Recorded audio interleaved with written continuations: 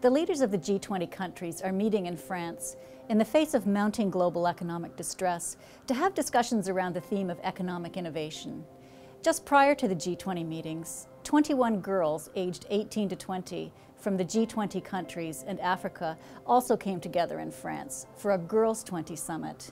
The purpose of that summit was to generate ideas for how girls and women can contribute to economic growth and to convey their ideas to the G20 leaders in a formal communiqué. Initiated by Belinda Stronach, the summit, now in its second year, put the spotlight on how vastly underutilized girls and women are and how most countries are overlooking this enormous economic resource. Laws, cultural traditions, and deeply ingrained social norms conspire to take a major economic asset, girls and women, out of the picture. The summit addressed tough and often taboo issues head-on, including child marriage, sex trafficking of children, Saudi Arabian driving laws, and the media's portrayal of women. The stories and the statistics were chilling. Also tackled were issues of women's role in business and politics, how they are perceived by men, and why they are underrepresented in senior roles in almost every sphere. It was obvious through the discussions that the barriers preventing women and girls from fully participating in the economy of their countries presents a significant opportunity for change. A theme running throughout the summit was the power of technology and social media to bring about social change.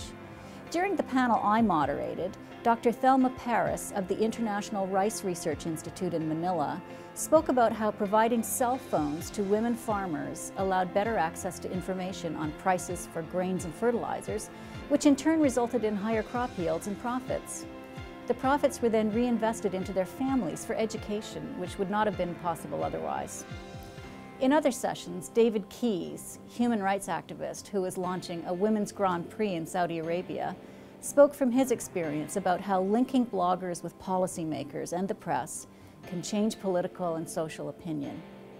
Tanvi Garotra, a 2010 delegate from India, started the Becoming I project against child sex trafficking with a Facebook site because it was the only resource available to her, and it has resulted in a broad network of support.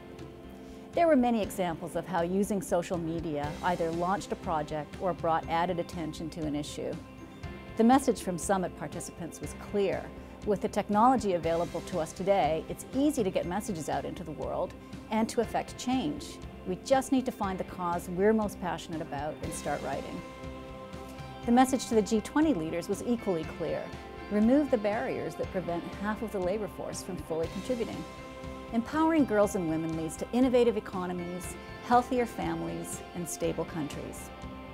If you'd like more information on the Girls 20 Summit, go to girlsandwomen.com. We'd also like to hear what your thoughts are regarding how girls and women can contribute to economic growth. What do you think the biggest barriers are to women fully contributing to society? Be part of the conversation and join us on our blog.